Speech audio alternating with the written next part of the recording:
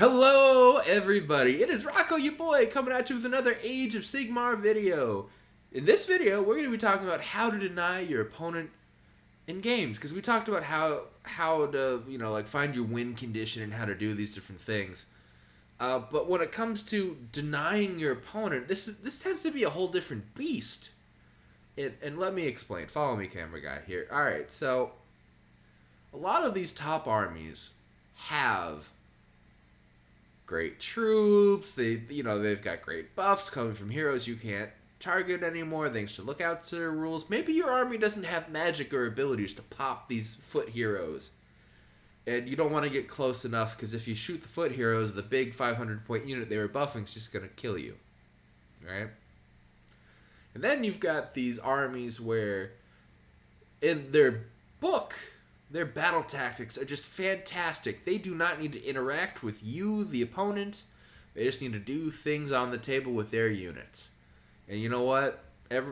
Every good army has probably like 2 or 3 book tactics, and then they're trying to like squeeze 1 or 2 of the general handbook tactics in there. And you're like, well, okay. Sure, you can deny a couple book tactics. It's like, get a spell cast without being unbound. Well, you as the opponent have to make sure you've got unbinds in range. If you don't have any wizards, maybe that is your heroic action, is to give yourself an unbind on a hero, and you try. That's okay.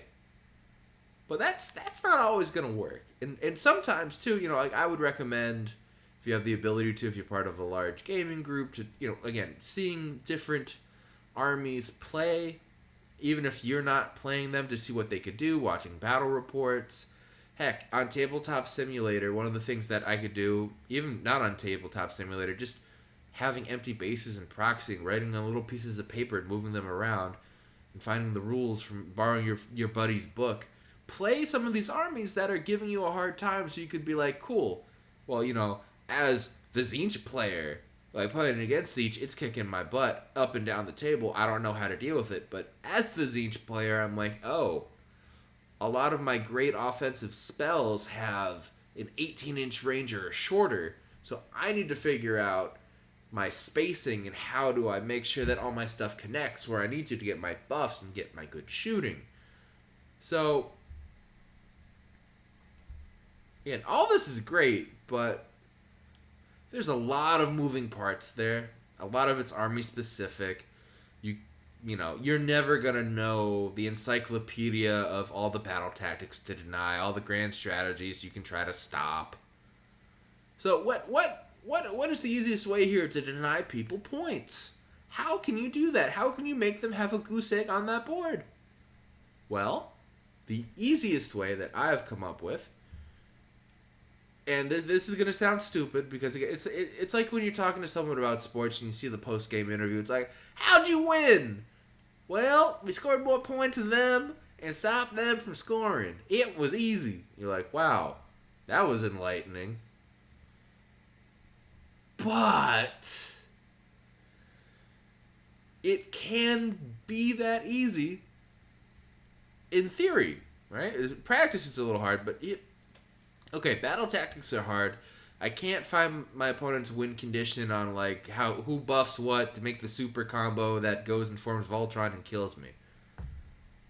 Rocco, what do I do? Well, denying primary scoring. Again, most of Age of Sigmar's battle plans are hold 1 objective, score a point. Hold 2 objectives, score another point. Hold more than your opponent. That's 3 points right there. Battle tactic for 5. End your turn, right? Well, it's one of those things where if you can't affect the battle tactic, you gotta stop them for holding 2 and holding more. You're not always going to be able to stop them from holding at least 1, because a lot of battle plans have a home objective, or at least you're in no man's land where you can just waddle over and they'll get one of them because you can't spread out on every one. But you need to plan with whatever your army is, whatever your faction is, because again, this game is very nuanced. Not every faction can do everything and play in every phase of the game. This isn't 40k where everyone has the same tank and the same snipers and the same anti-tank and a unit of flamethrowers, just reskinned in their flavor of orc, space elf, or space marine. Right? We don't have that in Age of Sigmar. That's okay. They can keep that over there. I play that game over there for a different reason than I play AoS. But in Age of Sigmar, being able to deny people scoring primary points will just confuse them, let alone add up over time. All right, there are enough types of battle tactics where it's like control, control an enemy objective and kill everything on there, or be mount, like the new cities of Sigmar have a thing like control an enemy objective and all your models on the objective are mounted. Great. If I just make it impossible for you to control that, over time you're going to drop battle tactics like me. You'll probably drop one or two because I'm going to push you to do all kinds of crazy things that I've already planned for by just holding 3 out of the 4 potential objectives or 2 out of the 3 objectives on the table to mess with you. Like, cool, you made me go first. Great, good job. I walk on 2 objectives. I hold 1, I hold 2, I hold more. There are 3 objectives on the table, right? Great. Score my battle tactic because I deployed my wizard out of the way. I got the one where it's get a spell off and don't get it unbound. Cool. What I'll do on the rest of my turn with my movement is make sure I've got unbinds to stop you from doing an easy battle tactic like that and make you have to go through your little Rolodex of like, okay, he's making me think. I've got all these decisions. Some of these got to be right. We're just trying to go out and make this hard. My job as your opponent is to make you have to make tough decisions. Right? Not all of them are going to be correct either. Even if you do something that is correct in the moment, I want to make it so that you feel like, oh man, I could have done this other thing. If only I could have done this, but he stopped me and I had to try something crazy. Great. Life is going great for me as your opponent. But if I can make it just that little bit harder for you to score the initial 3 points, right? Of hold 1, hold 2, hold more, we're cooking with gas here. Sometimes that might mean alpha striking to pin my opponent in place so they literally cannot walk onto the objectives.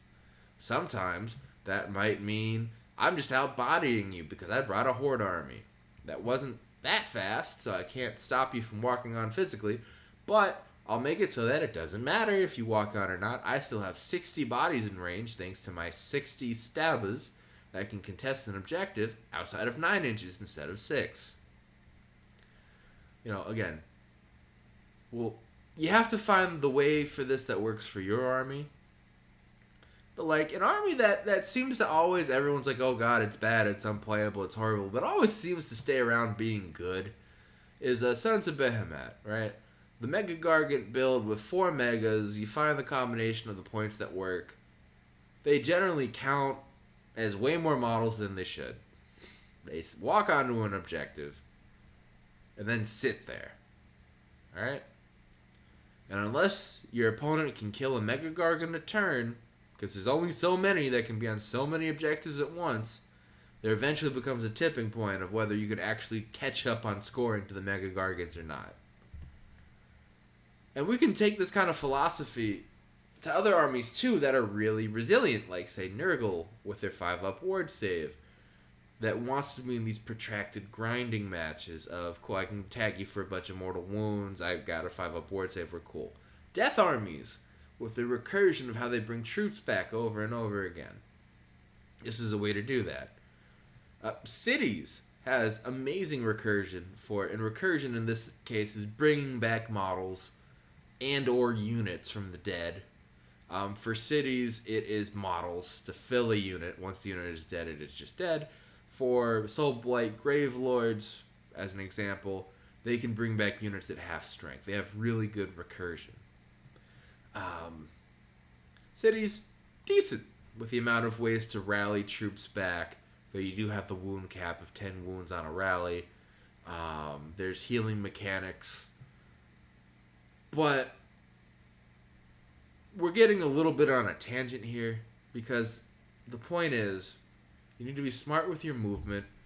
If you cannot deny battle tactics, each turn they're going to score 2 points. That's fine. But if you always hold 1, hold 2, hold more, That's 3 points to you. And they'll hold probably 1, right? Score a battle tactic. That's a 3-3 tie. The tiebreaker will be whether you can score your battle tactics or not. And if you can just consistently deny your opponent the ability to score, even if it's just that, hold 1, hold 2, but they can't score the more. But you on your turn can swing back in and clear them out again for how you play around these primary objectives. That will eventually, I promise you, it will eventually add up and you will win the game. I know that sounds crazy. Like recently, I played into Cities of Sigmar with the Sylvaneth Army of Renown. And again, my opponent was testing out a build for cities that I really like too, where they had their own Belthanos in there, along with 30 Fusiliers, the combo with the Pontifex and the Warforger, and just shooting me to death. Because I was able to use the speed of actually a bunch of the Lancer bugs and the Revenant Seeker bug riders, I could pin my opponent in place, so all they ever really did was hold 1 objective or hold 2 objectives, never more in the battle plan that we played. Whereas I was able to, hold an objective, do a battle tactic, and move off.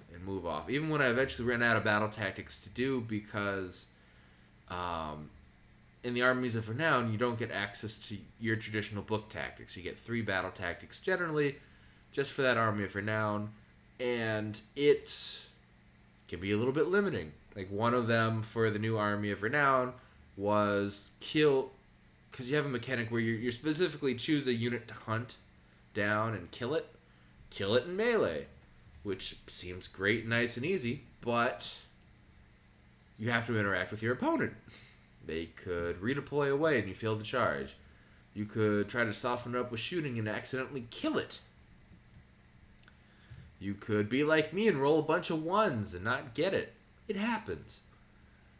But because I was able to deny my opponent their primary scoring, and I was able to continue up with my primary scoring while getting some of my battle tactics, I kept it close. And in the end, we had an 18-18 draw, with the minor victory through tiebreakers going to my opponent because they got their grand strategy and I could not kill that 4th quarry for the frickin' life of me. But it was an amazingly fun game, a lot of laughs were had, and I was able to keep an extremely strong army honest on the scoreboard with an army that honestly is a little bit on the weak side because of how the chart works for the buffs for that Army of Renown, which I can do a whole nother video on if people want to listen to that rant.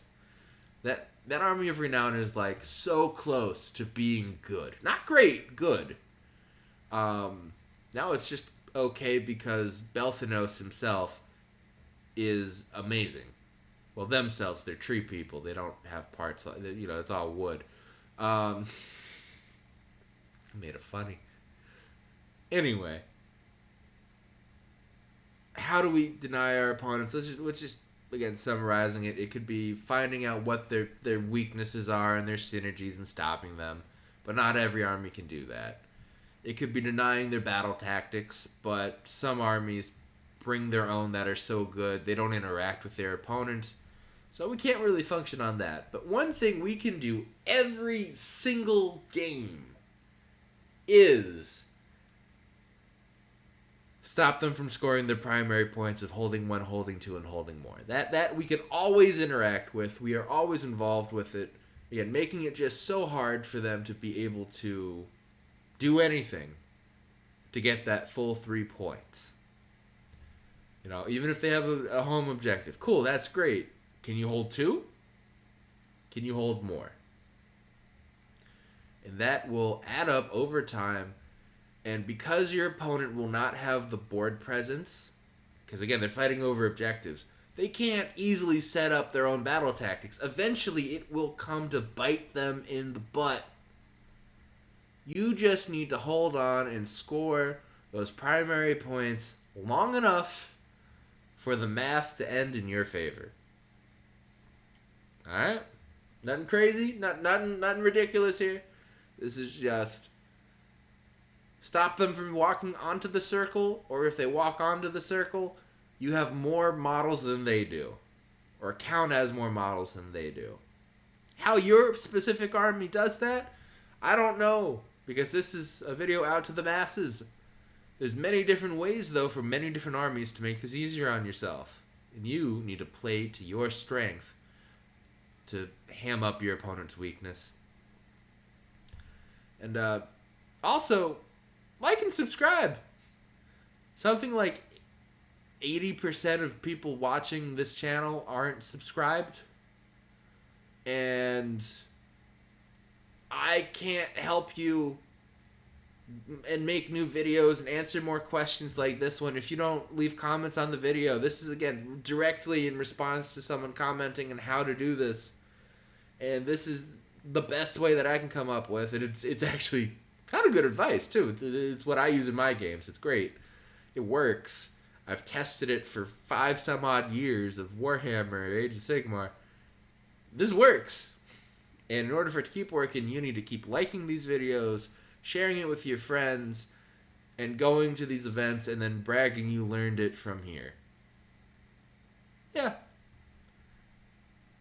And don't forget to like it.